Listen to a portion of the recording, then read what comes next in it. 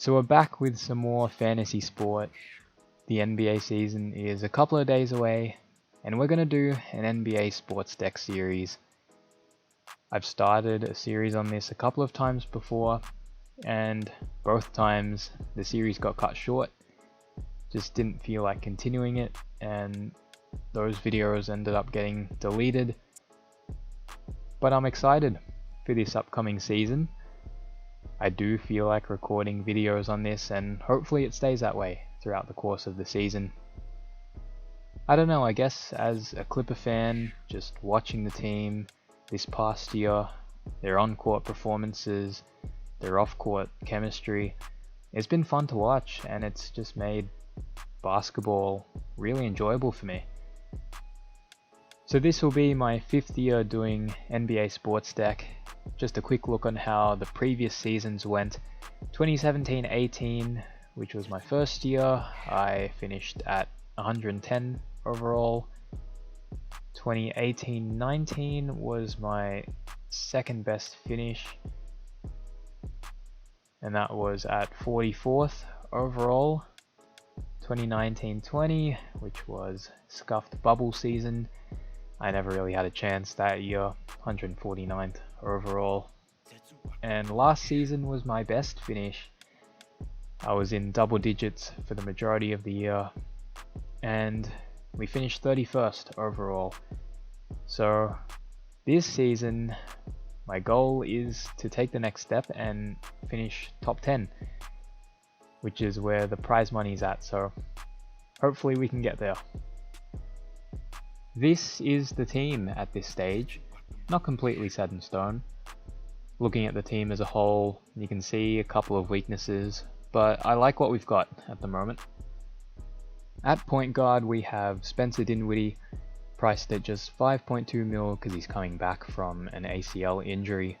Preseason wasn't anything special, but I value experience, and Dinwiddie being at 5.2 mil, feel like that's too cheap of a price to pass up. Jordan Poole's had a heck of a preseason. Clay won't be back until around Christmas, so I think Poole will be a good moneymaker starting at shooting guard for the Warriors. And on the bench we have Davion Mitchell. He's going to be an important player for the Kings, particularly because of his defense. And even if he doesn't start, I think they'll trust him to close out some games like they did with Halliburton last year. And more minutes means more chance to contribute statistically, so that's why he's in the team. I don't have number 1 pick Cade Cunningham at the moment because he's recovering from an ankle injury, but the latest reports have said he's on track to play the season opener, so if he does, Davion will make way for him. At shooting guard we have Jaylen Brown. Got hit with COVID during the preseason, but he should be back for their first game against the Knicks. My plan is to only have JB for the first week before trading him, so hopefully he starts off this season like he did last year, but I'll go through my early season plan in a bit. Josh Giddey had a really good preseason, showed some really good signs. He looks really comfortable out there, has a great feel for the game, got close to a triple-double a couple times, so I think he'll be a really reliable rookie for us. And on the bench we have Jalen Green, number 2 pick. I think most people will have him. At center we have Joel Embiid. The main reason it's not the MVP Nikola Jokic is because Embiid plays an extra game in week 1, so I do plan to have Jokic there week 2. But Embiid, he's going to have a lot more responsibility this season, because assuming Ben Simmons does come back and play, I can't see him going at 100% after what's happened during the off season. So he's going to have a lot of responsibility. He's going to have to carry that Sixers team, and hopefully he's in for a big week 1. And on the bench we have Precious Achiuwa. Siakam and Boucher are injured for the Raptors. Precious has gotten opportunity because of it, and he's played well, and I think he'll start for them. I'm not 100% sure on that, but he should get some decent minutes regardless, and he should be fairly reliable in the short term, I think. At small forward, we have Chris Middleton. Of course, he's a bucket, but as a Sportsdeck selection, I'm not completely sold on him. He can be a bit streaky at times, and players do get -1 for every shot they miss. But he fits the team structure, my plan. The Bucks have a good schedule to start the season. They have 3 games in week 1, then 4 in week 2. So I'm hoping Chris can step up and perform well the first couple of weeks. They do have Miami in week 1, so that might be a bit of a worry, but hopefully not. OG Anunoby, I think he's in for a great season. I think he'll be in the running for most improved player. More responsibility with Lowry out of the team and Siakam still injured. The Raptors have a good schedule to start the season too. It's always risky picking a mid-price player, but I like OG. And on the bench, Scotty Barnes had a great preseason, shown some great playmaking. He'll be a fun rookie to watch. And at power forward, we have the Finals MVP, Giannis Antetokounmpo. Originally, I didn't have him in the team. I thought he'd come back a bit slow, recovering from the knee injury he played through in the finals.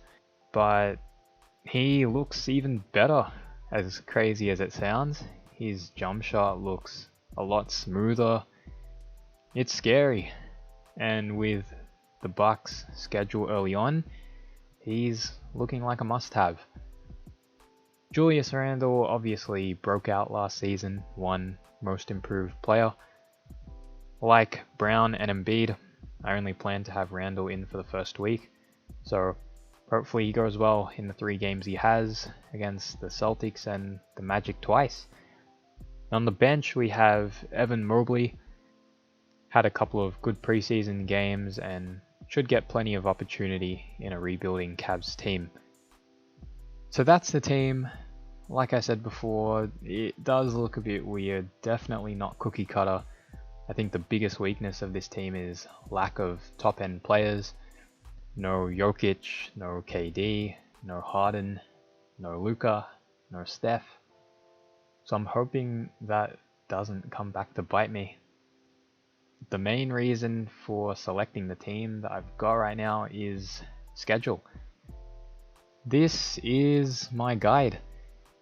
Made this a few seasons back because my mates do Sportsdeck as well, and I've just updated it every year. This helps plan when to trade a player out, trade a player in. For the most part, you want players that play 4 for the week, because more games, more chance of higher score. But for top end players like Jokic and Giannis, schedule doesn't matter too much because they're just that good. Unless they play 2 for the week, then you might want to trade them out then. But for my team, like I said before, I'm planning on trading out Brown, Embiid and Randle after week 1. They all play 3 in the first week and then 3 the week after. I want to trade those guys to players that play 4. So my plan would be Embiid to Jokic, Brown to Trae Young, and then Randle to someone I have enough cash for, and of course someone that plays 4, so maybe John Collins. I don't know how much I trust him, but he plays 4 from weeks 2 to 4, so that would be handy. And then in week 3, I'd want to bring in someone like Paul George. He'll have 4 games for 3 straight weeks from week 3 to 5. In Sportsdeck, it's all about sideways trading. You get 69 trades for the year, and it's impossible to end on 0 trades before the last week. So it's all about timing those sideways trades, getting players that play the most games during those weeks, and hoping for the best, because like Supercoach, you can still get screwed over by injuries and it could ruin the week. So that'll do it. Let me know what you think of the team. I'll have a league code in the description. It's one that I'm in with my mates, so join that if you would like. Hopefully we can have a real good year. The prize money may not be nearly as much as Supercoach, but the reason I'm taking Sportsdeck seriously is because I have more chance doing something here than any year I do Supercoach, so why not go for it? But that will do it. See you guys in the next video.